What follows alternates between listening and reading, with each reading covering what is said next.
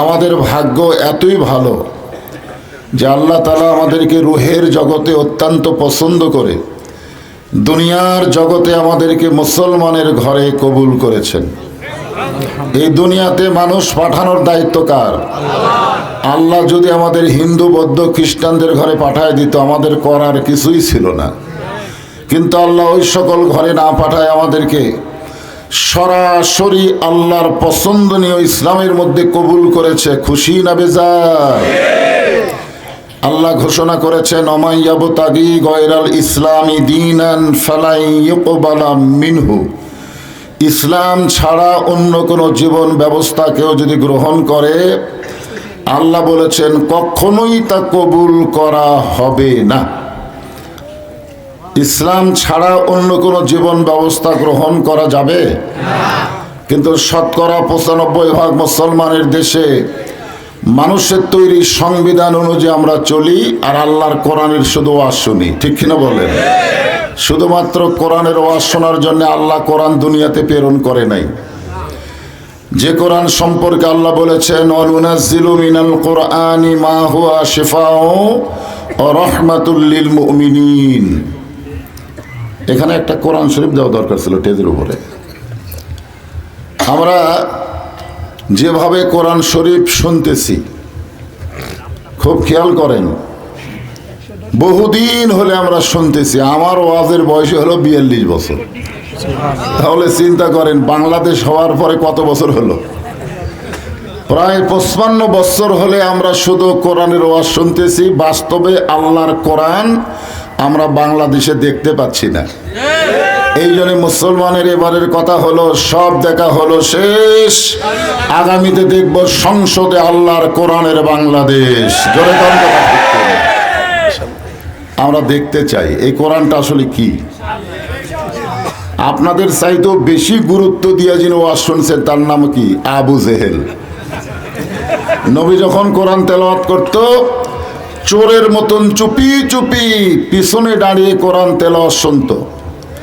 সকালবেলা গিয়ে বলতো মিটিংয়ের ভিতরে হঠাৎ মুখ ফসকে বলে ফেলেছে, এত সুন্দর কোরআনের বাণী, রাতটা কোন দিক দিয়ে গেল আমি বুঝবারই পারিনি। সুবহানাল্লাহ বলেন। আবু জেহেল কি কোরআনের বিরুদ্ধে কইছে? কোরআনের পক্ষেই বলেছে এত সুন্দর কোরআনের বাণী, রাতটা কোন দিক দিয়ে গেল আমি বুঝবারই পারিনি। তা আবু সুফিয়ান বলে, নেতা যেই কোরআন শুনতে রাত কোন দিক দিয়ে যায় বোঝা যায় না, সেই কোরআন ধরলে অসুবিধা কি? না শুনলেই যদি এত মজা হয় তাহলে সেটা ধরার দরকার আছে না নাই? আবু জেহেল বলতেছে এই কোরআনকে যদি ধরি তাহলে আমার ভুয়া নেতৃত্ব চলবে না। আজকে এই বাংলাদেশে যারা আল্লাহর কোরআনকে মাইনাস করে রাজনীতি করতে চায় তারাই আবু জেহেলের দোসর। জোরে বলেন কথা ঠিক না? আমরা শতকরা ৯৫% মুসলমানের দেশে আবু জেহেলের নেতৃত্ব আগামী তার দেখতে চাই না। জোরে কোন কথা ঠিক? মুসলমানের ঘরে আল্লাহ আমাদেরকে কবুল করলেন আর আমরা মানুষের তৈরি সংবিধান অনুযায়ী চলবো, এটা আর চলতে দেওয়া যায় না। আমার সঙ্গে কি আপনারা একমত? কারা কারা একমত? ওয়াজের শুরুতে দুই হাত তুলে আবার আল্লাহকে দেখান। লিল্লাহি তাকবীর। হাত নামান। আল্লাহ তাআলা আমাদেরকে মুসলমানের ঘরেই শুধু কবুল করে নাই, বিশ্ব নবীর উম্মাত হিসাবে আল্লাহ আমাদেরকে কবুল করেছেন। আপনারা বলেন তো বিশ্ব নবীর উম্মত হয়ে আমাদের লাভ কি? কি লাভ? আমাদের নবী শুধুই নবী, তাই না? আজকে আমাদের বাংলাদেশে অনেক মুসলমান নবীকে শুধু নবী বিশ্বাস করে কিন্তু নেতা হিসাবে মানবার চায় না। এরকম কিছু মুসলমান আছে না নাই? নবীর প্রতি দরুদ পড়ে, নবীরে সালাম করে মসজিদের ভিতরে, কিন্তু নবীর সমাজ গড়ার কাছে অনেকের দ্বন্দ্ব মনে বাজে। নবীর মক্কার ১৩ বছরের জীবনী অনেকেই শুনবার চায়, কিন্তু হিজরত করার মদিনার রাষ্ট্রপতি নবীর জীবনী অনেকের অন্তরে চুলকায়। জোরে কোন কথা ঠিক কিনা? হিজরত করার পরে আমাদের নবী বাতিলের সঙ্গে আপোষ করে নাই, বরং নিজে বাতিলের বিরুদ্ধে 27টা যুদ্ধে সেনাপতিত্ব করেছেন। আজকে আমরা সেই নবীর উম্মতের দাবি করি। বিশেষ করে আল ওলামা ওয়ারাসাতুল আম্বিয়া, আলেমরা হচ্ছেন নবীদের ওয়ারিস। আমি প্রত্যেকটা আলেমদের বলবো, আর বাতিলের সঙ্গে আপোষ করার সময় নাই। মাথার পাগড়ি মাজায় বানতে রাজি আছেন? জোরে গান কথা ঠিক কিনা?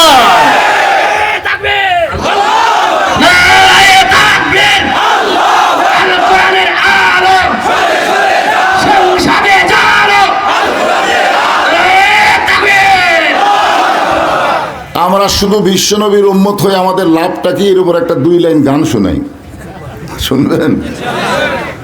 আছেন আমার মুক্তার, আছেন আমার বারিস্টার, শেষ বিচারের হাইকোর্টেতে তিনি আমায় করবেন পার। আমি পাপী, তিনি জামিনদার। আল্লাহ যখন হাকিম হয়ে আমাদেরকে আসামি বানায় বিচার শুরু করবেন, ওই সময় আমাদের নবী আমাদের পক্ষে আল্লাহর কাছে ওকালতি করবেন, বারিস্টারি করবেন, শেষ পর্যন্ত আমাদেরকে সুপারিশ করে জান্নাতে পৌঁছায় দিবে।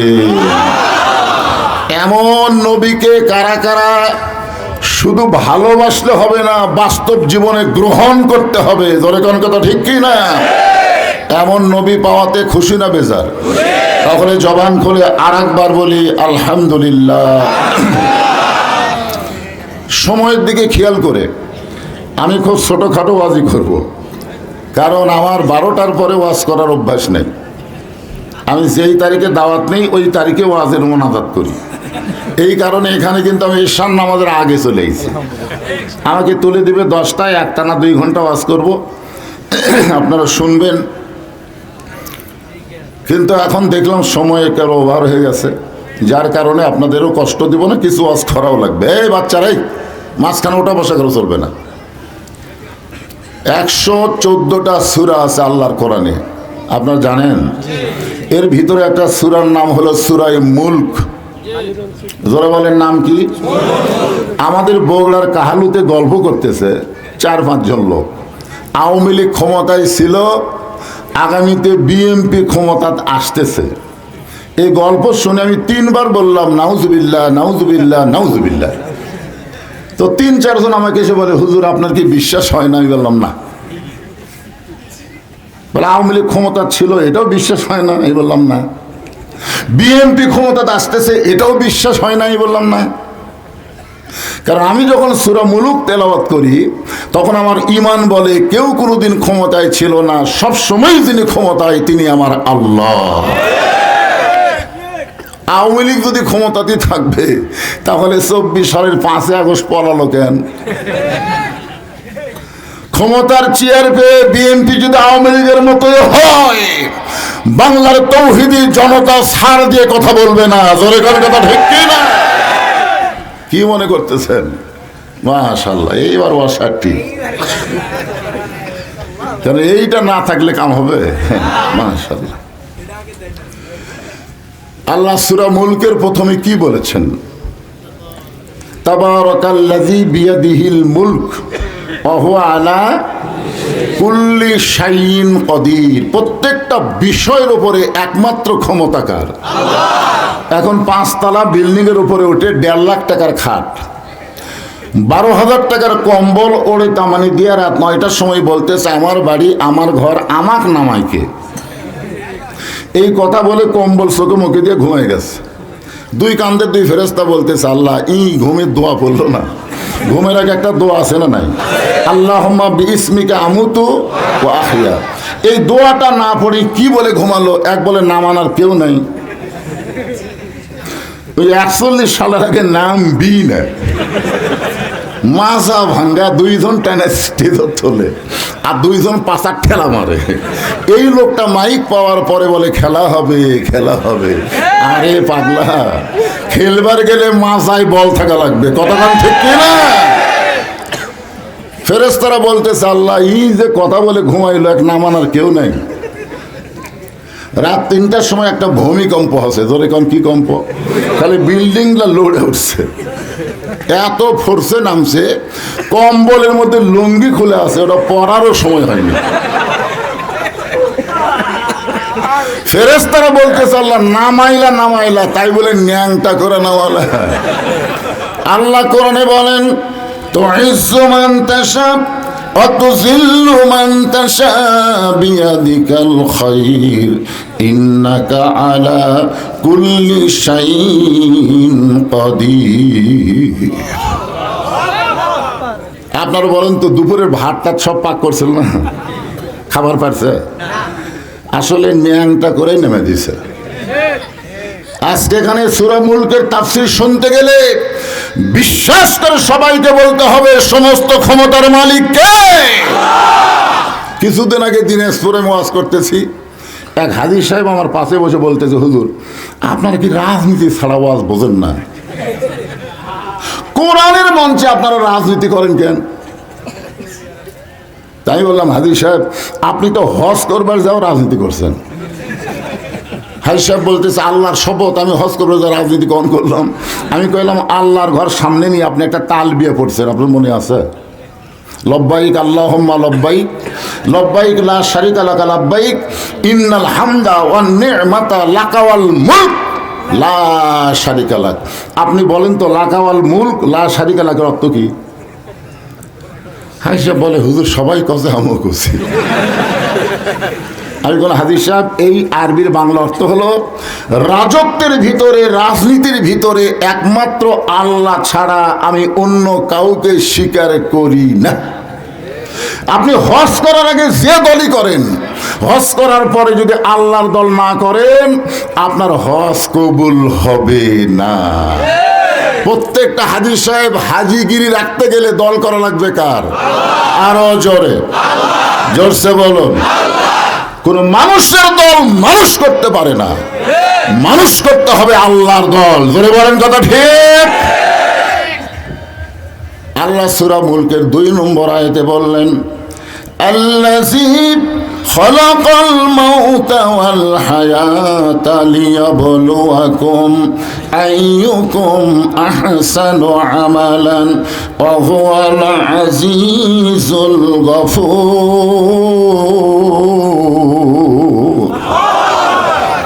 মৃত্যু আর হায়াতকে সৃষ্টি করছেন কে? এখানে যারা বসে আছেন আপনাদের মধ্যে এমন কোন লোক আছে যে দাঁড়ায় বলতে পারে হুজুর আমার বাড়ি মৌচাকের সবচাইতে কাছে, আমি এখান থেকে বাড়িতে যাবার পারবই? একটা লোক দাঁড়ান তো দেখি। তো এখান থেকে বাড়ি যাওয়ার গ্যারান্টি যদি দিবার না পারেন তো এত মশান মারতেছেন কেন? বগুড়ার ভাষা মশান মারা তাই বারবার কি দেখেন ভাই? বলে হুজুর 6 তলার ভিক দিয়েছি 4 তলা হচ্ছে, রড বার করে থুছি। আপনারা বলেন তো প্রত্যেকটা ইমানদারকে তাকান লাগবে কোন দিকে, উপর দিকে না নিচের দিকে? তুমি 6 তলা না 1 তলা? নিচতলা। জোরে বলেন কোন তলা? এই জন্য আল্লাহ তাআলা বললেন আল্লাযী খালাকাল মাউতা ওয়াল হায়াতা, মৃত্যু এবং হায়াতকে সৃষ্টি করছেন কে? আল্লাহ। কি জন্যে? ইবাদতের জন্যে। লিয়াবলুয়াকুম আইয়ুকুম আহসানু আমালা, তোমাদেরকে পরীক্ষা করা হবে সুন্দর আমল। সুন্দর আমল করতে গেলে সুন্দর একটা পরিবেশ লাগবে, সুন্দর একটা পরিবেশ তৈরি করতে গেলে সুন্দর একটা সমাজ লাগবে, সুন্দর একটা সমাজ তৈরি করতে গেলে সুন্দর একটা রাষ্ট্র লাগবে, সুন্দর একটা রাষ্ট্র তৈরি করতে গেলে ডক্টর কালামের সংবিধান দিয়ে হবে না, আমার আল্লাহর কোরআনের সংবিধান লাগবে। জোরে কোন কথা ঠিক কিনা? আমরা আগামীর বাংলাদেশ যদি সুন্দর চাই তাহলে এই কোরআনের বিকল্প কোনো রাস্তা নাই। এখন আসেন আল্লাহর কোরআন দিয়ে যখন রাষ্ট্র চলবে তখন নেতার সাইজ কেমন হবে, কর্মীর ঢপ কিরকম হবে? বগুড়ার ভাষাকে আপনারা বোঝেন? আচ্ছা এখানে বগুড়ার কয়জন আছেন দেখি? আচ্ছা যাই হোক আছেন 2-4 জন আছেন। হ্যাঁ খুব খেয়াল করবেন নেতা কেমন হবে। বাংলাদেশের মতন 96টা দেশের খলিফা হচ্ছেন হযরত ওমর। আমাদের বাংলাদেশ 96টা একত্র করলে যত বড় হবে তার চাইতে বেশি জায়গার খলিফা হযরত ওমর। মসজিদের মেম্বরে দাঁড়িয়ে খুতবা দিচ্ছেন। এমন সময় এক মুসল্লি দাঁড়িয়ে বলতেছে, আমির আল মুমিনিন, আপনার খুতবা আমরা শুনব না। খুতবা কি করবে না? খুতবা মানে বাংলায় বক্তব্য। ওমর ফারুক বললেন, ভাই আমার দোষ কি? আপনার বলেন তো, মানুষের আইন যদি চালু থাকতো তাহলে যেই বেটা বলছে আপনার ভাষণ শুনবি না, ওর অবস্থা কি হতো? বেহুশ করে দিত। জোরে কোন কথা ঠিক না? প্রত্যেকটা নেতাদের সামসা আছে না নাই? জোরে কোন আছে না নাই? ওমর ফারুক চোখের পানি বের করে বললেন, ভাইজান আমার খুতবা না শোনার মধ্যে আমার অপরাধ কি? বলে, আপনার অপরাধ হলো আমাদেরকে খাটো পাঞ্জাবি দিয়া আপনি লম্বা জুব্বা পরে খুতবা দিচ্ছেন। আমাদেরকে খাটো পাঞ্জাবি দিয়ে আপনি লম্বা জুব্বা কোথায় পাইলেন?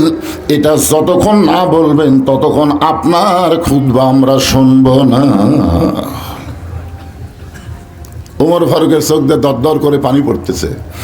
এমন সময় 30 পারা কোরআনের হাফেজ, সুবহানাল্লাহ,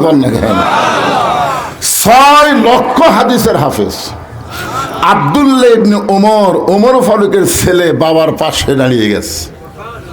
ছেলেটার শিক্ষাগত যোগ্যতা কি? আজকে আমাদের বাংলাদেশের অনেক জাতীয় নেতা, তাকে কয় ছেলে হাফেজ? হ্যাঁ, যে নেতারা মঞ্চে এসে বক্তার ওয়াজ বন্ধ করে ভাষণ দেয়, এরা জীবন ওদের সন্তানকে হাফেজে মাদ্রাসাত পড়ায় না। জোরে কর কথা, পড়ায় না তো। আমাদের বগুড়াতে এক নেতা মরছে। নেতা মরার আগে বলে গেছে, আমি মরার পরে 5 হাফেজি মাদ্রাসার বাচ্চাদেরকে দাওয়াত দিয়ে আমার জন্য কোরআন খতম দিলিস। তো নেতা মরার পরে নেতার ছেলে মাদ্রাসা যা বলতেছে, হুজুর আমার আব্বা তো মারা গেছে, আমার আব্বার রুহের মাগফিরাতে কোরআন শরীফ খতম দেওয়া লাগবে। তা আমাদের কিছু কিছু হুজুর আছে, যাই বলে আয় রে, সেই দিকে যাই রে, বোঝা শোনার নাই রে। ডাকিতে সব নেতার বাড়ি দিয়েছে, মাথা ঝুঁকে ঝুঁকে 3 5 15 খতম দিছে।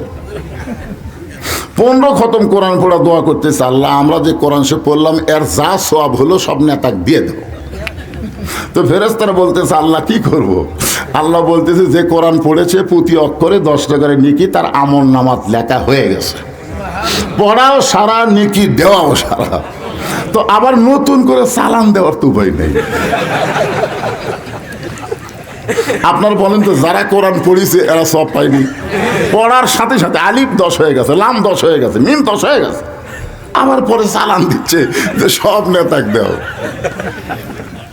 আল্লাহ বলতেছে, যতদিন কোরআনের সমাজ চালু না হবে ততদিন পর্যন্ত হুজুরেরা এইভাবে কোরআনের সওয়াব সালাম দিবে। তবে আজকে তোমরা শুনে নাও, কোরআন কোনো মরা মানুষের কিতাব না, কোরআন হলো জীবিত মানুষের হেদায়েত। জোরে বলেন কথা ঠিক কি? মরা মানুষের জন্য আল্লাহ কোরআন দিছে? আমি সমস্ত নেতাদের বলবো, আর ভুল করেন না। যদি আপনারা সওয়াব পাবার চান, নিজের সন্তানদেরকে এরকম মাদ্রাসায় দেন। নেতার বাচ্চারা যখন মাদ্রাসায় পড়বে, মাদ্রাসার জন্য আর কোনো টাকা পয়সা আপনাদের কাছে চাওয়া লাগবে না। সংসদ থেকে মাদ্রাসার টাকার বাজেট হবে। জোরে গণগণ রেখে আমরা এই কারণেই তো কোরআনের শাসন চাই। কোরআনের শাসন চাইলে যেমন তেমন মানুষকে শিক্ষামন্ত্রী করা হবে না। যার ভিতরে আল্লাহর কোরআন নবীর হাদিসের শিক্ষা আছে, খায়রুকুম মান তাআল্লামাল কোরআন ওয়া আল্লামাহ, ওই ব্যক্তি হলো সবচেয়ে দামি সম্মানী যে আল্লাহর কোরআন শিখেছে এবং অপরকে কোরআনের শিক্ষা দেয়। আব্দুল্লাহ ইবনে ওমর বললেন, রে নবীর সাহাবীরা, আমার বাবার লম্বা জুব্বা দেখে তোমরা খুতবা বন্ধ করে দিলে, কিন্তু আমার দিকে তাকায় দেখো, আমার পরে নতুন কোনো কাপড় নাই। তোমরা খাটো কাপড় হলেও তো নতুন পোশাক পরেছো, কিন্তু আমার পরনে নতুন কোনো কাপড় নাই। ওসমান গনি দাঁড়িয়ে বলে, আব্দুল্লাহ, আজকে জুমার দিনে সবাই নতুন পোশাক পরেছে, তুমি পুরাতন কেন পরলা? আব্দুল্লাহ বলতেছে, আমি যদি নতুন কাপড় পরতাম তাহলে আমার বাবার জুব্বা লম্বা হতো না। আমি যদি আজকে নতুন পোশাক পরতাম তাহলে আমার বাবার জুব্বা লম্বা হতো না। তোমরা জানো আমার বাবা আগে গরম ছিল, রাস্তাতে গেলে শয়তান 40 দিন যাইতো না, কিন্তু যেদিন থেকে আমার বাবা দায়িত্ব পাচ্ছে সেদিন থেকে আমার বাবার চাইতে নরম মানুষ এই পৃথিবীতে আর কেউ নেই। আপনারা বলেন তো, কোরআনের শাসন যখন চালু হবে, নেতারা দায়িত্ব পাওয়ার আগে গরম থাকবে, কিন্তু দায়িত্ব পাওয়ার পরে কি হবে? নরম হয়ে যাবে। সব মানুষ নেতার কাছে যাওয়ার পারবে, কিন্তু যতদিন কোরআনের শাসন চালু না হবে ততদিন পর্যন্ত ভোটের আগে নেতারা নরম থাকবে, কিন্তু ভোটের পরে ওরকে কাছেই যাওয়া যাবে না। জোরে কথা ঠিক। আমাদের এলাকায় এক নেতা এতই নরম, বুঝলেন, গাড়ি থানা নামছে, নেমা ফকিরক সালাম দিয়ে, সালাম আলাইকুম চাচা কেমন আছেন? ফকির খালি চারিদিকে তাকায়। নেতা বলে, চাচা কি দেখেন? বলে, কাকে সালাম দিলে? বলে, আপনাকে দিলাম। বলে, আমি ভিক্ষা করে খাই।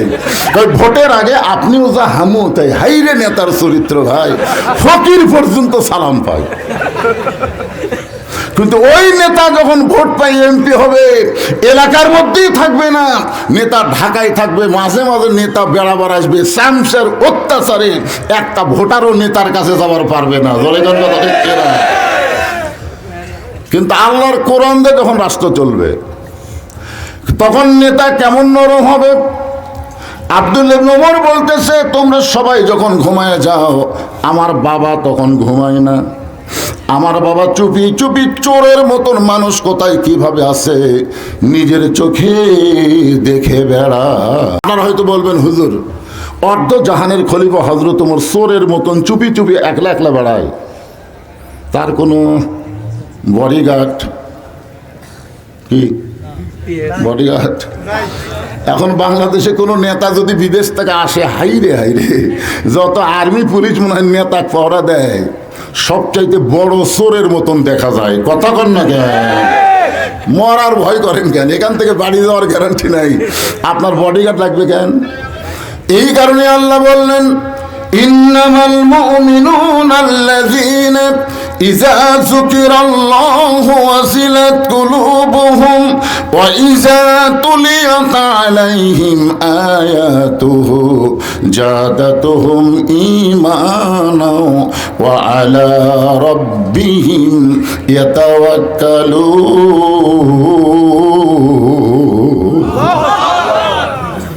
রাতের বেলা হযরত ওমর ঘুরতেছে মানুষের দুঃখ কষ্ট দেখার জন্য। হঠাৎ হযরত ওমর দেখতে পায় একটা মরুভূমির ভিতরে একটা তাঁবু টাঙ্গানো, তাঁবুর বাইরে একটা পুরুষ মানুষ অস্থির হয়ে ঘুরতেছে। এই আমাদের খেয়াল করবেন, তাঁবুর বাইরে একটা পুরুষ মানুষ অস্থির হয়ে ঘুরতেছে, একবার উত্তরে যায় একবার দক্ষিণে যায়। ওমর ফারুক চিন্তায় পড়ে গেলেন, পুরুষ মানুষ অস্থির হওয়া তো লক্ষণ ভালো না, অস্থির হবে নারী। ধরে কোন অস্থির কে হবে? আপনারা বলেন তো, জান্নাতের ভিতরে গন্ধম গাছের কাছে কে গেছে আগে? হাওয়া না আদম? মেয়ে মানুষেরা অস্থির, আর দীর্ঘদিন হয়ে আমরা সেই মেয়ে মানুষেরই আন্ডারে ছিলাম। ধরে কোন কথা ঠিক না? আল্লাহর কি রহমত আছে, একজন চলে গেছে আর একজন পলে গেছে। ধরে কোন কথা ঠিক না? আগামীতেই বাংলাদেশে আর আমরা মেয়ে মানুষের তলে থাকতে চাই না। মেয়ে মানুষের দিন শেষ, মরদ মানুষের বাংলাদেশ। জোরে কোন কথা ঠিক না? আর রিজালু কাওয়ামুনা আলান নিসা, পুরুষ থাকবে উপরে, নারী থাকবে নিচে। এই কথা কি আমার না আল্লাহর? জোরে কোন কার? দীর্ঘদিন আমাদের কোনো দোয়া আল্লাহর দরবারে কবুল হয়নি, জানেন? একটা দোয়া কবুল হয়নি, কারণ রাসূল বলেছেন, মা তারাকতু বাদি আলা উম্মতি ফিতনাতুন আদার আলা রাসূল মিনান নিসা, রাওয়াহুল বুখারী কিতাবুল ফিতান। আল্লাহ রাসূল বলেছেন, আমার পরে আমার উম্মতের জন্য সবচাইতে বড় বিপদ হলো পুরুষ মানুষের জন্য নারী নেত্রী হওয়া। হায় হায়, সে নারী রাসূলের তলে যায়, ইসলামী শাসন করবার চায়, তাহলে ভুয়াবাজি আর চলবি না। জোরে কোন কথা ঠিক কিনা? ইসলামী শাসনতন্ত্র গ্রহণ করার দরকার আছে না নাই? একটু মনোযোগ দিয়ে শুনবেন। লোকটা অস্থির। ওমর ফারুক চিন্তায় পড়ে গেলেন, পুরুষ মানুষ অস্থির, লক্ষণ তো ভালো না। অস্থির পুরুষকে শান্তি দেওয়ার জন্য ওমর ফারুক সালাম দিলেন, আসসালামু আলাইকুম ইয়া আব্দুল্লাহ। লোকটা সালামের উত্তর দেয়নি। ওমর ফারুক সালাম দিলে, আসসালামু আলাইকুম ইয়া আখি। লোকটা সালামের উত্তর দেয় না। ওমর ফারুক আবার যখন সালাম দিবার যাচ্ছে, এমন সময় লোকটা বলে, এই মিয়া, খালি বারবার সালাম দাও মিয়া। আচ্ছা বলেন তো, ওমর ফারুক রাস্তা দেখলে কয়দিন শয়তান যায় না? আর সেই মানুষটাকে একটা লোক হুমকি মারতেছে, বারবার খালি সালাম দাও মিয়া।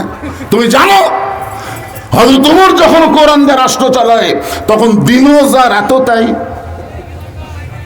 ওই লোকটাকে ওমর কি বলতেছে তুমি জানো, হযরত ওমর যখন আল্লাহর কোরআন দিয়ে রাষ্ট্র চালায় তখন দিনও যা রাতও তাই। আমার গর্ভবতী বউকে নিয়ে আমি অমুক এলাকা থেকে অমুক এলাকায় যাচ্ছিলাম, কিন্তু এই মাঝ রাস্তায় এসে আমার বইয়ের এমন প্রসব ব্যথা বেড়ে গেছে, আমার বইয়ের জন্য তাবু টাঙ্গায় বউটা আমার তাবুর মধ্যে কাঁদতেছে, আর আমি মরদ মানুষ কিছুই করতে পারতেছি না, বাহিরে অস্থির হয়ে ঘুরতেছি, আর তুমি খালি সমানে সালাম দাও। ওমর ফারুক আস্তে করে গিয়া লোকটাকে বুকের মধ্যে নিয়ে কপালে একটা চুমা দিয়ে বললেন, ভাইজান ইন্নাল্লাহা মা সাবিরিন, ধৈর্যশীলদের সঙ্গে আল্লাহ থাকে, আপনি ধৈর্য গ্রহণ করেন। আমার বাড়িতে ভালো একটা ধাত্রী আছে, আমার বাড়িতে ভালো একটা ধাত্রী আছে, আপনি একটু সময় ধৈর্য গ্রহণ করেন। আমি এক দৌড় দিলাম। অর্ধ জাহানের খলিফা হযরত ওমর মানুষের উপকারের জন্য দৌড়াই কার ভয়ে? জোরে বলেন কার ভয়ে? আত্তাকুল্লাহ। ডিগ্রি অর্জন করতে গেলে মানুষের সমাজ চলবে না, আল্লাহর কোরআনের রাষ্ট্র লাগবে। জোরে কোন কথা ঠিক কি না? এক দৌড়ে বাড়ির দরজায় আব্দুল্লাহর মা, সঙ্গে সঙ্গে দরজা খুলে গেল। ওমর ফারুক চমকে গিয়া বলে, বিবি রে, আমি না হয় পাগল হয়ে মানুষের দুঃখ কষ্ট নিজের চোখে দেখি, রাতের বেলা ঘুমাই না, কিন্তু তোমাকে ডাক দেওয়া মাত্রই তুমি দরজা খুলে দিলে, তুমিও কি ঘুমাও না? আব্দুল্লাহর মা মুস্কি মুস্কি হাসে আর বলে, ধরা পড়লাম। বলে, কি ধরা পড়লা? বলে, যেদিন থেকে আপনি রাতের অন্ধকারে মানুষের দুঃখ কষ্ট দেখেন সেদিন থেকে আমিও ঘুমাই না। আমি দরজায় দাঁড়িয়ে সারা রাত আপনার নিরাপত্তার জন্য আল্লাহর কাছে দোয়া করি। ওমর ফারুক বউটাকে টানে নিয়ে ভুরুর মাঝখানে একটা চুমা দিয়ে বললেন, তোমার মতন বিবি যাদের ঘরে থাকবে তাদের আল্লাহর পক্ষ থেকে নেতৃত্ব দেওয়া বড় সহজ হয়ে যাবে। আজকে নেতা ভালো হওয়ার গেলে নেতার বউগুলাও ভালো হওয়া দরকার। আমাদের এলাকার এক নেতা, বুঝলেন, খুব অল্প বয়সের, ফান্দে পড়িয়া পলক কান্দে রে, খুবই অল্প বয়সের একটা নেতার নাম হলো পলক। জোরে বলেন নাম কি? পলকের নাম শোনেননি? ওর বউ এখন হাজার হাজার কোটি টাকা নিয়ে কানাডার বেগম পাড়ায় মজা মারতেছে আর ওই জেলত পুষতেছে। আপনারা বলেন 10,000 টাকার বেতন আর 12,000 টাকার বাসা ভাড়া, বউ হিসাবে কিছু বলার দরকার আছে না নাই? তুমি বেতন পাও 10,000, বাসা ভাড়া 12,000, এরপরও মাছ গোস্ত করে টাকা তুমি কোথায় পাও? প্রত্যেকটা বউ যদি স্বামীর হিসাব চায়, একটা স্বামীও দুর্নীতি করতে পারবে না। জোরে কথা বল না, কেন পারবে? ওমর ফারুক বললেন, বিবি জান্নাতে যাবার চাও? বউ মুচকি মুচকি হাসার বলে, জান্নাত কোথায়? বলে, আমার সাথে চলো, এই জিনিসগুলো নাও। একটা গর্ভবতী মহিলাকে বাচ্চা খালাস করতে গিয়ে যা লাগবে সেইগুলো জিনিস নিয়ে আমার সাথে চলো, আল্লাহ তোমাকে জান্নাত দিয়ে দিবে। জোরে করছো। ওমর ফারুক নিজের বউটাকে নিয়ে আসলেন, অন্য পথ দিয়ে তাঁবুর ভিতরে ঢুকাই দিলেন। আর লোকটাকে বলতেছে, ভাইজান ভালো ধাত্রী গেছে, তোমার বিবির কাছে তোমার আর কোনো টেনশন নাই।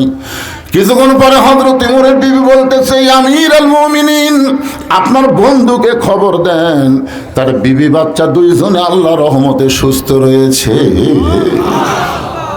যেই বলছে আমিরুল মুমিনিন, আপনার বন্ধুকে খবর দেন, ওমর ফারুক তাকায় দেখে মাটিতে পড়ে গেছে। কে ভাই, খবর কি? আপনি হযরত ওমর? তিনবার সালাম দিলেন, আমি আপনার সঙ্গে বেয়াদবি করলাম, এরপরও আপনার বিবি দিয়া আমার বউয়ের গর্ব খালাস করলেন, আপনি কি মানুষ? ওমর ফারুক বললেন, আল্লাহর কোরআনে যখন রাষ্ট্র চলবে তখন নেতারা এইরকমই হবে। সুবহানাল্লাহ।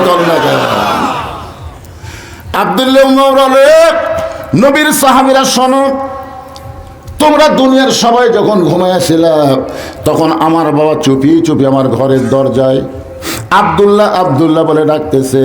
আমি দরজা খুলে তাকায় দেখি বাবার হাতে একটা পাঞ্জাবি। আমি খুশি হয়ে বললাম, বাবা বাইতুল মাল থেকে আমার একটা পাঞ্জাবি দিছে, আর গভীর রাত্রে আর একটা দিবার আছেন। নেতার বেটা হওয়ার মধ্যে লাভই আছে।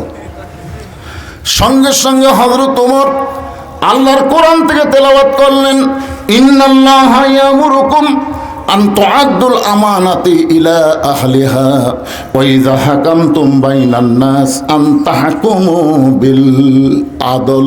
আল্লাহু আকবার বলেন।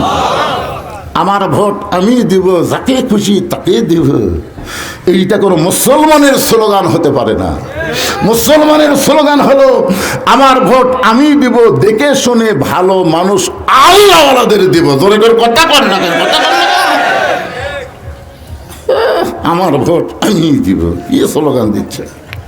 এই যে আয়াতে কারিমা তেলাওয়াত করলাম, এখানে ভোটের কথা আছে। অনেকে বলে হুজুর ভোটের কথাও কোরআন আছে। তে কোরআন কি? এ কোরআন কি তাবিজের কিতাব? যেই কোরআনকে আল্লাহ লক্ষ্য করে বললেন, অনুনাজ্জিলু মিনাল কুরআনি মা হুয়া শিফাউ ওয়া রাহমাতুল লিল মুমিনিন। এর স্লোগান হলো সব সমস্যার সমাধান। যারা বলতেছেন না মরার আগে কিন্তু বোবা হবেন। আপনারা কি আল্লাহর কোরআনের সাথে একমত না দ্বিমত? একমত যারা হবেন একের গলা ছাড়িয়া স্লোগান দিবেন। আপনারা কি মনে করছেন? এখন আগে আমি ওয়াজ করতাম, হাসিনা যখন ছিল তখন ওয়াজ করতাম, রব্বানা আতিনা ফিদ দুনিয়া হাসিনা, বুঝলেন? হাসানা বাদ দিয়ে হাসিনা করতাম।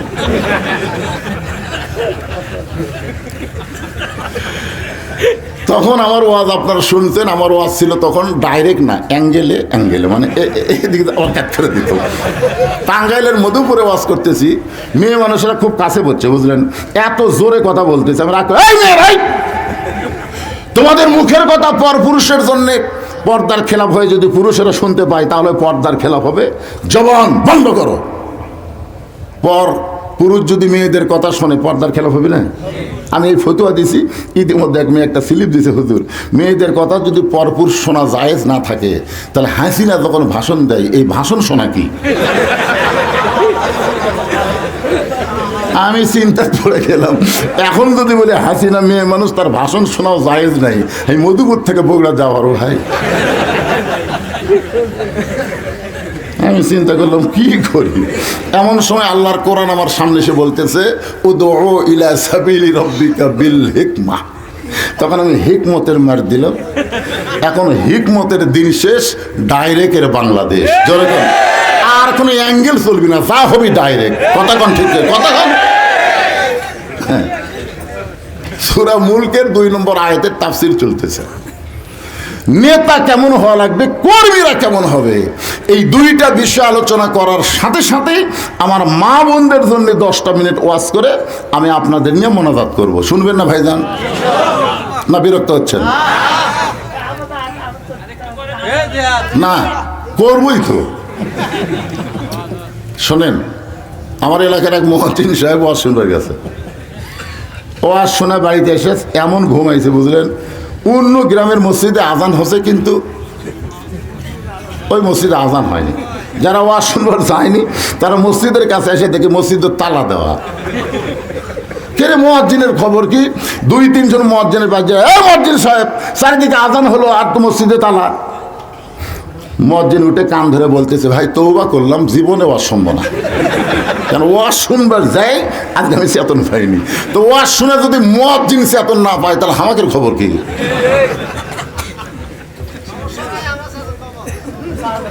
ইনশাল্লাহ কর, ইনশাল্লাহ চেতন পাবি। এটা কে উঠলো? এই ওটো কেন? কিসের 1 নম্বর রে? যেই কোরআনকে আল্লাহ শেফা রহমত স্বরূপ মুমিনদের জন্য নাজিল করেছে, কোরআনের ওয়াজ শুনতে পেশাব যদি লেগেও যায়, আল্লাহর কোরআনের মহব্বতে একটু বসেন, কিছুক্ষণ পরে দেখবেন পেশাব জাতীয় যত ব্যারাম আল্লাহ এই কোরআনের উসিলায় ভালো করে দিবে। কি কোন আল্লাহ পারে কি পারে না? একটু একটু ধৈর্য ধরেন। আমাকে এলাকার এক বহুমূত্র লোক তবলিগের চিল্লে দিবার যা ভালো হয়ে গেছে জানেন। আর বহুমূত্র ঘন্টার মধ্যে 3 বার পেশাব করে, রাত্রে পলিথিন দিয়ে ঘুম পাড়ে। ওই লোকটা একজনের তালত পড়ে সিল্লাত গেছে, সিল্লাত যে বলছে আমিরের হুকুম ছাড়া কিন্তু কিছুই করা যাবে না, পেশাব যদি লাগে 1 লোক দেখাবি, পায়খানা লাগে 2 লোক দেখাবি। তোর ঘন ঘন পেশাব যেই 1 লোক তুলছে, আমিরের আবার কানে কানে কাছে হুজুর এর কিন্তু বহুমূত্র, 1 লোক তুললে 1 জাবাত দেবেন না। আমির বলছে জাবাত দেবেন না, অক বলছে তুই 1 লোক তুলবি, যে 1 আঙ্গুল বয়ান চলতেছে কিসের পেশাব। ওই 2-3 বারে 1 লোক তুলিছে, 2-3 বারে আমির বসে দিয়েছে। এখন আমিরের কথা মানাও লাগবে। কিছুক্ষণ পরে বলতেছে দরকার হলে এই মসজিদে পেশাব করবো আর 1 লোক তুলবো না, এই মনে করে পেশাব করবার চাষে ওই লোকটাই বলতেছে আমার তল পেট ঠান্ডা হয়ে গেল, পেশাব যে কুটি গেল, 1 সিল্লা দিয়ে এসে আমার বহুমূত্র ভালো হয়ে গেছে। কি মনে করতেছেন? তাহলে আল্লাহর কোরআনের মাহফিলে বসে যদিও লাগে 10টা মিনিট খালি একটু ধৈর্য ধরেন, দেখবেন এই কোরআনের পাওয়ার আছে না নাই। বাংলার জমিনে 12 তারিখের পরে আমরা আল্লাহর কোরআনের পাওয়ার নিজের চোখে দেখতে চাই। জোরে জোরে কথা বল না। আগের দিন বাগে খাসে, ওরা বাদ দেন তো, ওই দলের এত ভোট, ওই দলের এত ভোট, খালি 12 তারিখ যা ভোট দেন। গোটা বাংলাদেশ ঘুরতেছি, সমস্ত মানুষের একই কথা, সব দেখা হলো শেষ, আগামীতে দেখবো আল্লাহর কোরআনের বাংলাদেশ। জোরে কথা একটু মনোযোগ দিয়ে শুনবেন। ওমর ফারুক বলে আব্দুল্লাহ এই পাঞ্জাবিটা আমার ভাগে পড়েছে বাজান, এখন তুই বল আগামীকাল জুমার দিনে এই ছোট পাঞ্জাবি পরে আমি যদি খুতবা দেই, প্রত্যেকটা মুসল্লির দিকে মানুষের চোখ না থাকলেও ইমামের দিকে সবার চোখ আছে না নাই? ইমাম যদি খাটো পাঞ্জাবি গাওয়াত দেয়, মুসলিম বলবি কি হুজুর লুচ্চা হলো নাকি?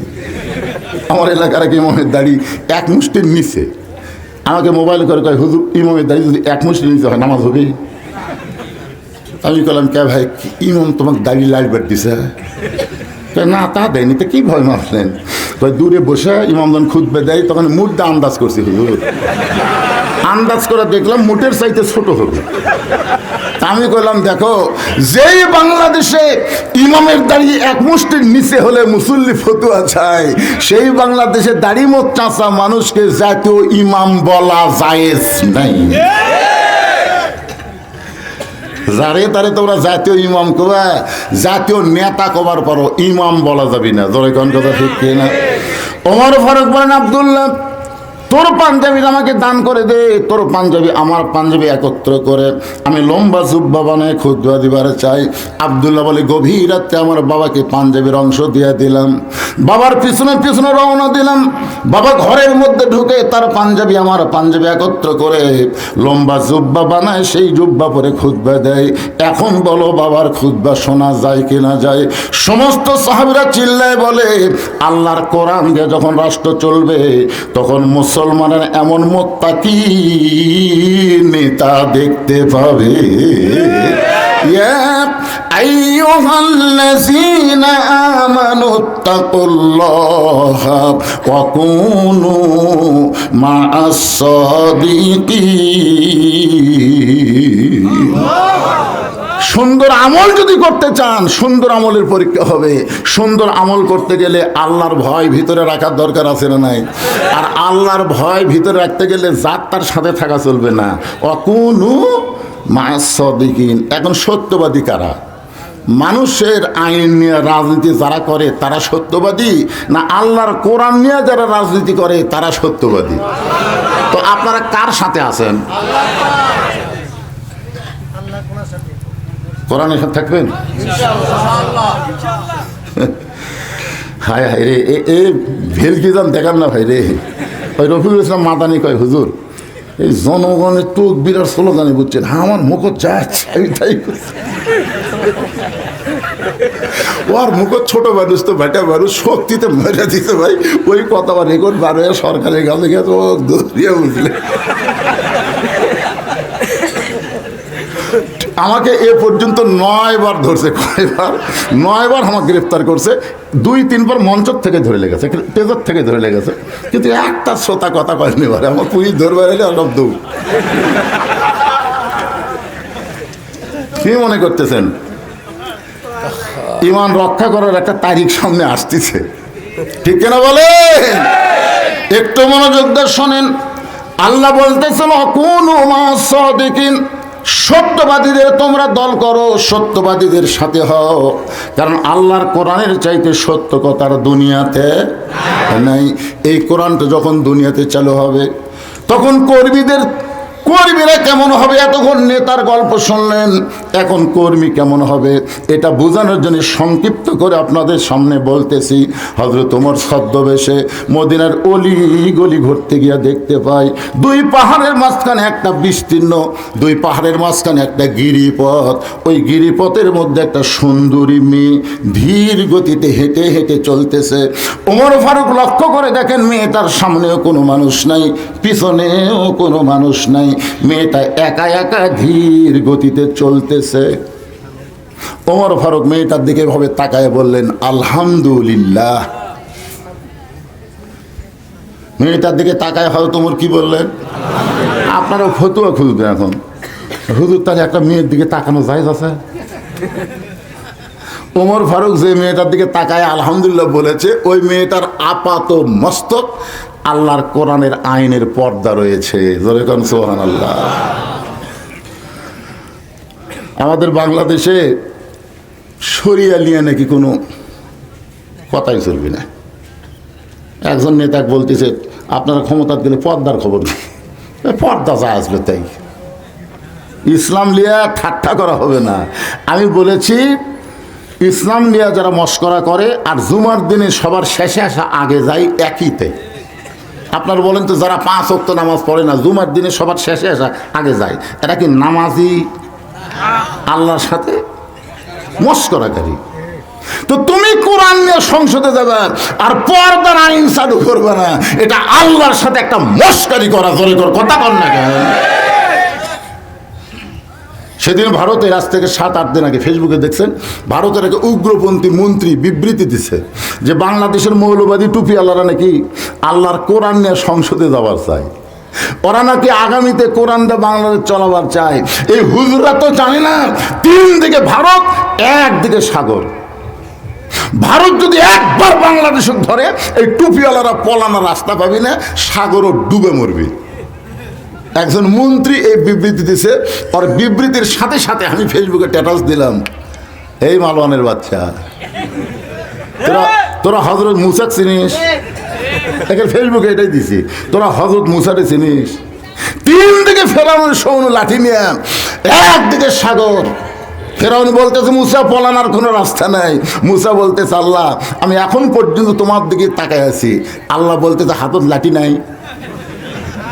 মুসা বলতেছে আল্লাহ এক লাঠি দিয়ে এই হাজার হাজার লাখ লাখ লাঠির সাথে মারা যাবে।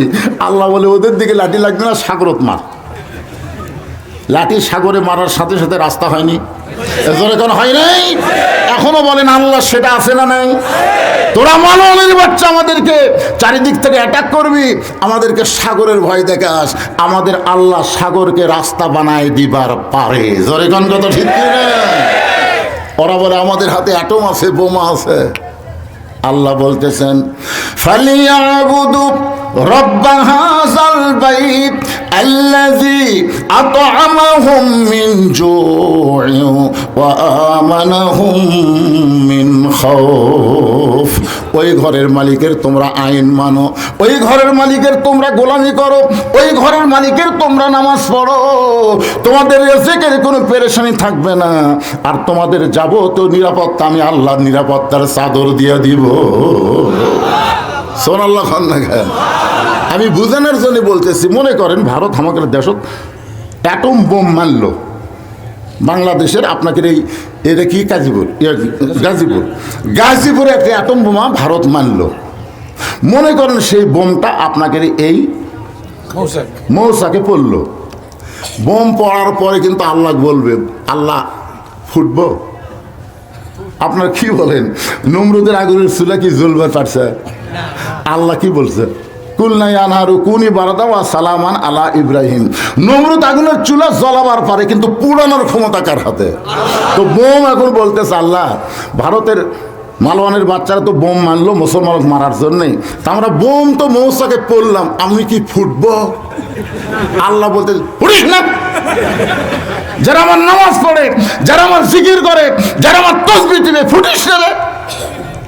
তো বোম বলবে আল্লাহ যদি নমরুদের চুলা তুমি শান্তির বাগান বানাতে পারো, তাহলে বোমকে তুমি কি বানাবা?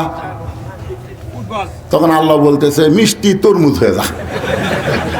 যে মিষ্টি তরমুজ হয়ে পড়ে আছে, আপনাকে এলাকার ছেলে ফেলে কয় এটা কি পড়ে আছে রে, কাছে আস্তে আস্তে এসে দেখে তরমুজ। বাড়ির থেকে বটিয়ে না ছুরিয়ে না তরমুজ কাটা গেলে যখন খায়, ওরা দূরবীন যন্ত্রতে দেখতেছে বোম যে পড়লো খবর কি, ওরা দেখবার পাচ্ছে যে কাটিয়া খায়।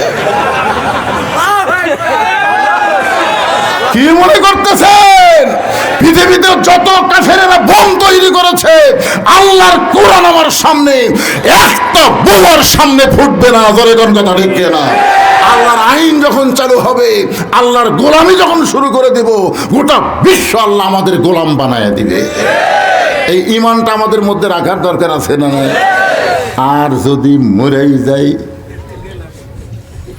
আপনার বলেন তো ওসমান হাদি কি মরছে? ওসমান হাদি দুনিয়ার থেকে যাওয়ার পরে আমি যে গ্রামে জন্ম নিয়েছি, এই গ্রামে এ পর্যন্ত দুটা ছেলে জন্মেছে, দুইজনের নামে ওসমান হাদি। একটা উত্তর পাড়া, একটা দক্ষিণ পাড়া। তা আমি দেখবার গেলাম, যা বললাম ভাই তোমার হাদি কতদিন আগে? হুজুর ওটার 15 দিন আগে আমারটা হচ্ছে। আমি ওসমান হাদি নাম তুছি শুনে ওই হচ্ছে। তো ওর বাড়ি যা বললাম কে ভাই তোমার ছেলের নাম ওসমান হাদি না তুই আর একটা তোকে? না হুজুর এই মুহূর্তে ওসমান হাদির চাইতে ভালো নামই নেই। আকাশেতে লক্ষ তারা, একটা চাঁদের আলো, হাজার কোটি মানুষের চাইতে ইমানদার একজন ওসমান হাদি অনেক ভালো। ওসমান হাদি মরে নাই। ইনসাফ ভিত্তিক রাষ্ট্র কায়েম করার জন্য ভারতের তাবেদার গ্রহণ না করার কারণে তাকে হত্যা করা হলো। আল্লাহ বলতেছেন ওয়ালা তাকুলু লিমান ইউকতালু ফি সাবিলিল্লাহি আমওয়াতুন বাল আহইয়াউ ওয়ালাকিন লা তাশউরুন।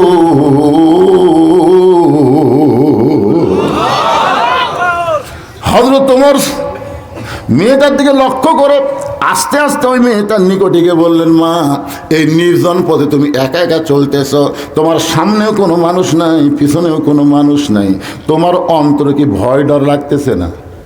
মেয়েটা পর্দার মধ্যে থেকে বলতেছে, পথিক পথিক তুমি হযরত উমর ছিল। কাক বলতেছে? এ মনোযোগ দিয়ে শোনেন, মেয়েটা হযরত উমর বলতেছে, পথিক তুমি হযরত উমর ছিল, যে উমর আল্লাহর কোরআন দিয়ে রাষ্ট্র চালায়।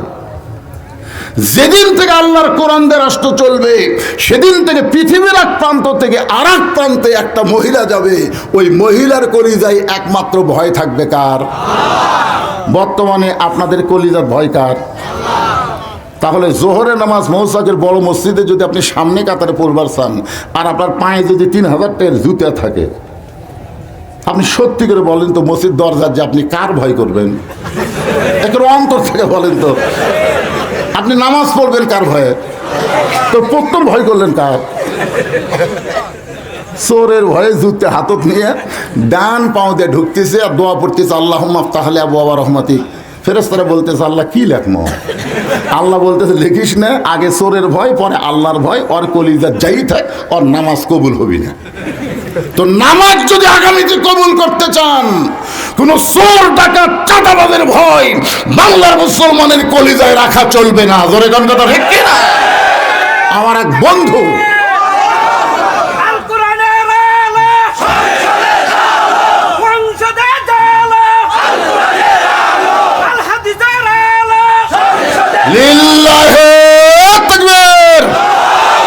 আমার এক বন্ধু অনেক দিন আগে বললো শহরে একটা জায়গা কিনছে। তাই বলি কে জায়গা কিনা থুলে বেচার জন্য? না হুজুর বাসা কর্ম তো করিস না কেন? বলে করার নিয়ত করছেন ভাই, একের ভিতর থেকে লিন্টন পর্যন্ত প্রতি সপ্তাহ খালি চাঁদাই চাই। এই চাঁদাবাজের ভয়ে আমি বাসা করার সাহস পাচ্ছি না। ওই মসজিদে ঢুকতেছে জুতা চুরির ভয়, আর ওই বাসা করতেছে না চাঁদাবাজের ভয়। আগামীতে আবার কাক চাচ্ছেন, আগামীতে কাক চাচ্ছেন, কাক চাচ্ছেন, ওই সুর চাঁদাবাজ চাচ্ছেন।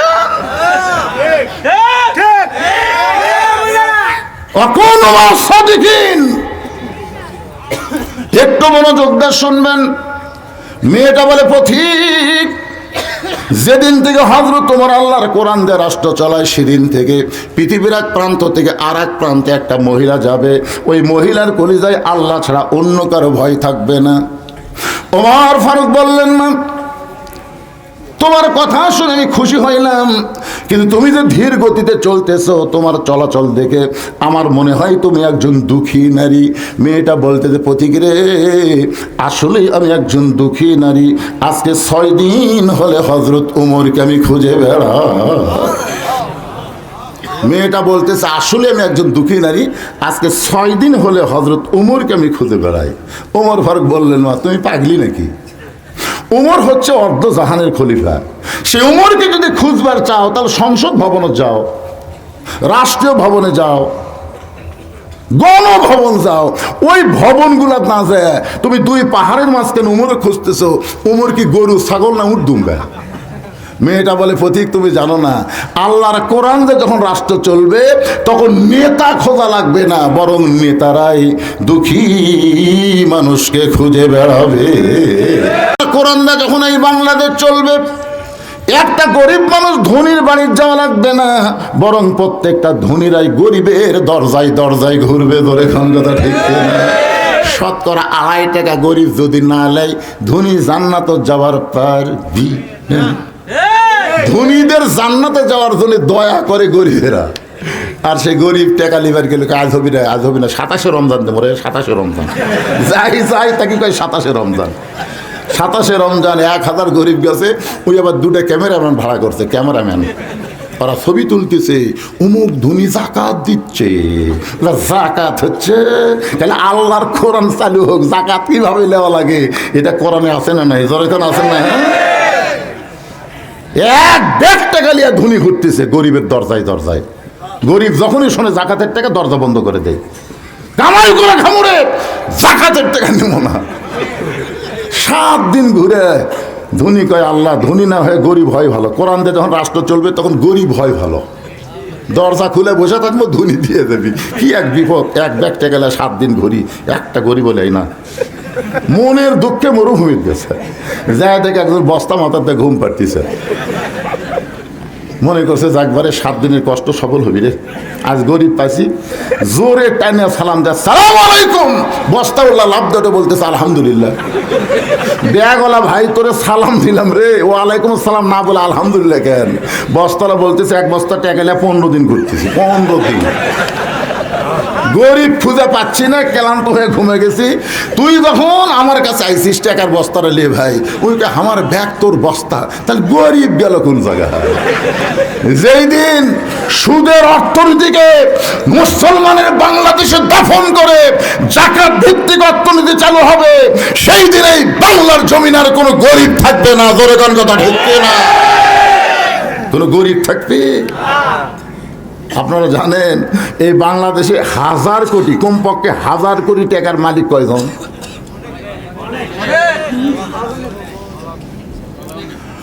মেয়েটা বলতেছে, পথিক আজকে 6 দিন হলে হযরত ওমরকে খুঁজতেছি, আর 1 দিনের মধ্যে যদি খুঁজে না পাই তাহলে আমি আসল জায়গায় বিচার দিব। কয়দিন হলে খুঁজতেছে? আর 1 দিন। আমি নিয়ত করছি 7 দিন খুঁজবো।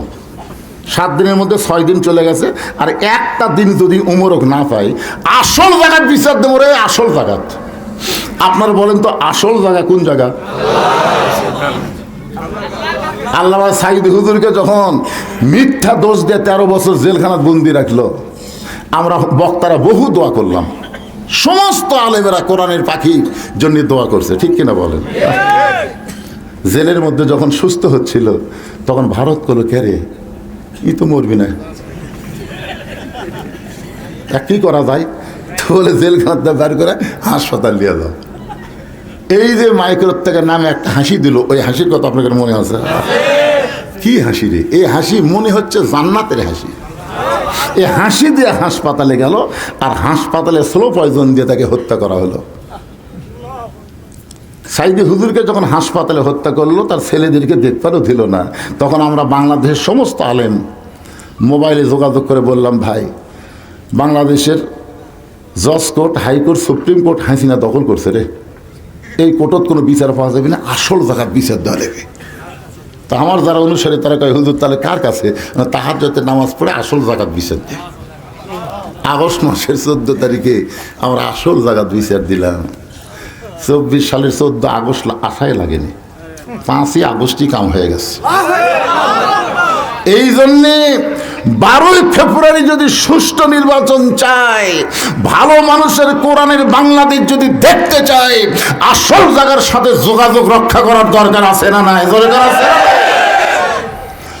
একটু মনোযোগ দিয়ে কথাগুলো শুনবেন। মেয়েটা বলতে 6 দিন হলে হযরত ওমরকে খুঁজতেছি, আর 1-8 দিনের মধ্যে যদি খুঁজে না পাই তাহলে আসল জায়গায় বিচার দেব। ওমর ফারুক হাঁটু গেড়ে বসে, মেয়েটার সামনে হাঁটু গেড়ে বসে বললেন, মা তুমি আসল জায়গায় বিচার দিও না, তুমি যে হযরত ওমরকে 6 দিন হলে খুঁজতেছ, আমি হইলাম সেই ওমর। মেয়েটা বলতেছে, আমিরুল মুমিনিন, আপনি যদি সেই ওমর হন তাহলে চোরের মতন একা একা কেন ঘুরতেছেন? আপনার কি কোনো বডিগার্ড নাই? আপনার কি কোনো পুলিশ নাই, র্যাব নাই? ওমর ফারুক বললেন, মা কোরআন দিয়ে যখন রাষ্ট্র চালু হবে তখন কোনো বডিগার্ড লাগবে না, প্রত্যেকটা মানুষের হেফাজতের দায়িত্ব স্বয়ং আল্লাহ তারা নিজের হাতে নিবে। আমার মায়েরা যারা পর্দার অন্তরালে, আপনাদের জন্য মাত্র 5টা মিনিট একটু ওয়াজ না করলে আপনারা মন খারাপ করবেন। কারণ এখানে আমি মাগরিবের পর থেকে শুনতেছি একটা হুজুরও মেয়েদের কোনো ওয়াজ করে নাই। করছে ভাইজান? কোনো ওয়াজ করে নাই। কারণ আমার মা বোনেরা এখন মাথার চুল বেচা খায়। আপনাদের গাজীপুরের খবর জানি না, গ্রামগঞ্জের মেয়েরা মাথার চুল বেচা খায়। এই ধরে কারণ কি বেচা খায়? আপনারা বলেন তো, আপনাদের এলাকার মেয়ে মানুষ মারা গেলে কয় কাপড় দেন? মারা গেলে মেয়েদের 5টা কাপড় দেন। পুরুষ মারা গেলে আপনার কয় কাপড় দেন? 3 কাপড় দেন। আপনারা বলেন তো মেয়েদের 5 কাপড় কেন দেওয়া হলো? মেয়েদের পুরুষের মতোই তো 3 কাপড় পরানো হয়, কিন্তু 2টা কাপড় 2 জায়গায় বেশি লাগার লাগে। একটা হলো সিনা বান, একটা হলো মাথা বান। আমার মেয়েদের বলতেছি, মা মাথার যে কি দাম, সেই মাথার চুল বিক্রি করতেছেন। একটু মনোযোগ দিয়ে শোনেন। আল্লাহ নবী ফাতেমার ঘরের মধ্যে ঢুইকা দেখে ফাতেমা মাথা নিচু করেছে, চোখের পানি টপ টপ করে পড়তেছে। রাসূল বলে, ফাতেমা একটা বার আমার দিকে তাকায় দেখ মা। ফাতেমা বলে, বাবা আপনাকে দেখেছি, আপনি যখন আসতেছিলেন আমি জানলার ফাঁক দিয়ে আপনাকে দেখেছি বাবা। ও বাবা মেহেরবানি করার তাকাতে বলেন না। আল্লাহ নবী বলেন, ফাতেমারে একটা বার আমার দিকে তাকা। বারবার বলার পরে ফাতেমা যখন নবীর বাবার দিকে তাকাইছে, বাবার দিকে যেই মাত্র তাকাইছে, রাসূল তাকায় দেখে ফাতেমার চোখে নিচে কালিমা পড়ে গেছে। আল্লাহ নবী মুচকে হাসে বললেন, ফাতেমা তুই কি চোখের তলে সুরমা পড়েছিস মা? তোকে এত সুন্দরী কেন লাগতেছে? ফাতেমা বলে, বাবা আমি চোখের তলে সুরমা দেইনি বাবা, চোখের নিচে কালিমা পড়েছে। আজকে কয়েকদিন না খাওয়ার কারণে আমার চোখের নিচে কালিমা পড়ে গেছে। আল্লাহ রাসূল বলে, ফাতেমা রে তোমার কি কখনো মনে হয় তোমার বাবা বিশ্ব নবী হওয়ার কারণে আল্লাহ তোমাকে জান্নাত দেবে? এই কথা কি কখনো তোমার মনে হয়? ফাতেমা বলে, বাবা আমার সব সময় মনে হয় আমার বাবা বিশ্ব নবী হওয়ার খাতিরে আল্লাহ হয় তোমাকে জান্নাত দেবে। রাসূল বলেন, ফাতেমা তাহলে বড় ভুল করতেছো মা। বিশ্ব নবীর মেয়ে হওয়ার কারণে আল্লাহ তোমাকে জান্নাত দেবে না। জান্নাতে যদি যাওয়ার চাও তাহলে তোমাকে 4টা আমল করা লাগবে মা। 1 নম্বর আমল হলো 24 ঘন্টার মধ্যে 5 বার 5 ওয়াক্ত নামাজ পড়বা, বছরে 1 মাস রোজা রাখবা, স্বামী খেদমত চাইলে স্বামীর খেদমত করবা, আর সতীত্বের হেফাজত পর্দা। ফাতেমা এইটার কোনো অর্থ নেই, এইটা সব সময় তোমাদের জন্য ফরজ। সঙ্গে সঙ্গে ফাতেমা আল্লাহ নবীর সামনে বসে, তার গায়ে একটা ওড়না ছিল, ওড়নাটা মাথার উপর দিয়ে মুখটা ঢাইকা বলল, বাবা এইভাবে যদি পর্দা গ্রহণ করি তাহলে কি আমার পর্দা হবে? আল্লাহ নবী বলেন, ফাতেমা রে এই পর্দা করলি আল্লাহ পর্দা কবুল করবে। ফাতেমা বললেন, বাবা তাহলে আপনাকে সাক্ষী রেখে আল্লাহর কাছে ওয়াদা দিয়ে দিলাম। এই মুহূর্তে ফাতেমা পর্দার মধ্যে ঢুকে গেল। আল্লাহ রাসূল আল্লাহর কাছে বললেন, আমিন। আল্লাহ আমার মেয়ের পর্দাকে তুমি কবুল করো। কিছুদিন পরে নবী ফাতেমার ঘরে এসে বলতেছেন, ফাতেমা তোমার পর্দাকে আল্লাহ কবুল করার কারণে আল্লাহ তোমাকে একটা ডিগ্রি দিয়েছে মা। ফাতেমা বলে, বাবা কি ডিগ্রি দিল? রাসূল বললেন, সাইদাতুন নিসাই আহলেল জান্নাহ, খাতুনে জান্নাত ফাতেমা তো জোহরা। আল্লাহ তোমাকে জান্নাতের নেত্রী বানাইছে। ওই মা ফাতেমার সঙ্গে যদি জান্নাতে যাবার চান তাহলে মায়েরা একটু মনোযোগ দিয়ে শোনেন। ফাতেমা এমন পর্দা গ্রহণ করলো, গভীর রাত্রে দুনিয়া থেকে বিদায় নিল, গভীর রাত্রে তাকে দাফন করা হলো। আর গভীর রাত্রে হযরত আলী আল্লাহর কাছে দোয়া করলেন, আল্লাহ আমার বউ ফাতেমার পর্দাকে তুমি কবুল করে নাও। সঙ্গে সঙ্গে তাকায় দেখে সামনে কয়েকটা পুরাতন কবরও দেখা যায়। এইমাত্র ফাতেমার নতুন কবর, সেই কবর আর আলী খুঁজে পায় না। গোটা জান্নাতুল্লাহকে খোঁজে ফাতেমার কবর, ফাতেমার কবর। কে যেন ডাকতে বলে, আলী আমার ফাতেমা পর্দা নিশি, আমি আল্লাহ জহুরা ডিগ্রি দিয়া ফাতেমার কবরটাকে কিয়ামত পর্যন্ত পর্দা করে দিয়েছি। আল্লাহুম্মা সাল্লি আলা সাইয়্যিদিনা শাফিঈনা নাবিয়িনা মাওলানা মুহাম্মদ ওয়া আলা আলিহি ওয়া সাহবিহি ওয়া বারাক ওয়াসাল্লাম। আর কোনো কথা আছে? জি না। আল্লাহুম্মা আমিন। اللهم أنت السلام ومنك السلام تباركت يا ذا الجلال والإكرام। আয় আল্লাহ তাআলা, মাগরিবের নামাজের পর থেকে এই গভীর রাত পর্যন্ত তোমার পাগল বান্দা বান্দিরা আরামের বাড়ি ঘুমকে বাদ দিয়া কোরআন হাদিসের মহব্বত কলিজার মধ্যে নিয়া এই জান্নাতের বাগানে বসে বসে কোরআন হাদিস আলোচনা শোনার শেষে আমি গুনাহগারের সঙ্গে রহমতের দরজায় ফকির হয়ে দোকানা হাত তুলেছি। আল্লাহ মেহেরবানি করে আজকের মাহফিল আমাদের সকলের হেদায়েতের জন্যে, নাজাতের জন্যে, জান্নাতের জন্যে কবুল করো। এই মাহফিলের শুরু থেকে শেষ পর্যন্ত যত আলোচনা হয়েছে আল্লাহ, এর মধ্যে যদি ত্রুটি হয়, ভুল হয়, মাফ করে দিও। এর যা হাদিয়া মঞ্জুর করো সোনার মদিনায় নবী পাকের রওজা মুবারকে আল্লাহ কবুল করে নাও। তামাম আম্বিয়া কেরাম, আসহাবে কেরাম, তাবিঈন কেরাম, তাবা তাবিঈন কেরাম, তামাম পৃথিবীর মাটির নিচে যত মুমিন মুমিনা শুয়ে আছে আল্লাহ, সকল রুহা ফরে হাদিয়া কবুল করো। আমরা যারা হাত তুলেছি আল্লাহ, আমাদের জনম দুঃখনী মা যাদের কবরের ঘরে চলে গেছে, দরদের বাবা যাদের কবরে গেছে আল্লাহ, মেহেরবানি করে মা বাবার কবরকে জান্নাতের টুকরা কবুল করে নাও। আমাদের দাদা দাদি নানা নানা আত্মীয় স্বজন শ্বশুর শাশুড়ি যাদের কবরে গেছে আল্লাহ, কবরবাসীদের আল্লাহর হস্তে মাফ করে দাও। আল্লাহ এই মাদ্রাসাকে কিয়ামত পর্যন্ত কবুল করো। এই মাদ্রাসার মুহতামিম, মাদ্রাসার ওস্তাদ, মাদ্রাসার তালবে ইলম যাদের মাথায় পাগড়ি পরানো হলো আল্লাহ, সকলকে কবুল করে নাও। মাদ্রাসাকে মহব্বত করে নগদে বাকিতে আজকে যারা দান করেছে, এই দানগুলোকে জান্নাতের বিনিময় হিসাবে আল্লাহ তুমি কবুল করে নাও। আমার মায়েরা পর্দার অন্তরালে বসে বসে শুনেছে, আবিদা সালিয়া পর্দা কবুল করে মা ফাতেমার চরিত্র দান করে দাও। আল্লাহ আমি অসুস্থ, আমার মতো অসুস্থ অবস্থায় যারা হাত তুলেছে সবাইকে সুস্থতার নিয়ামত দান করো। আল্লাহ যে কোরআন থেকে আমরা আলোচনা শুনলাম সারা জীবন শুনে যাব হবে না। আমাদের বাংলাদেশে আমরা আগামীতে বাস্তব কোরআন অনুযায়ী চলতে চাই, এমন একটা পরিবেশ আমাদেরকে তুমি দান করে দাও। আল্লাহ আল্লাহর কোরআন নিয়ে যারা চেষ্টা করতেছে আল্লাহ, কোরআনকে বিজয়ের জন্য যারা আন্দোলন করতেছে আল্লাহ, সকলকে তুমি সম্মানের সাথে কবুল করে নাও। আল্লাহ মেহেরবানি করে এতগুলো মানুষের মধ্যে যার দুইখানা পছন্দ হয় সেই দুই হাতের ওসিলায় আজকের মাহফিলকে কবুল করে নাও। আল্লাহ আয় আল্লাহ আমি গুনাহগার বলে দোয়া ফিরিয়ে দিয়েন না আল্লাহ। অনেক আলেম ওলামা হাত তুলেছে, হাফেজ কারি সাহেব হাত তুলেছে, মুরব্বীরা তুলেছে, হাদিস সাহেব তুলেছেন। আল্লাহ যাকে পছন্দ করেন সেই দুই হাতের ওসিলায় আজকের পুরা মাহফিলকে বরকতের সাথে আল্লাহ কবুল করে নাও। সুবহান রাব্বিকা রাব্বিল ইজ্জাতি আম্মা ইয়াসিফুন ওয়া সালামুন আলাল মুরসালিন আলহামদুলিল্লাহি রাব্বিল আলামিন।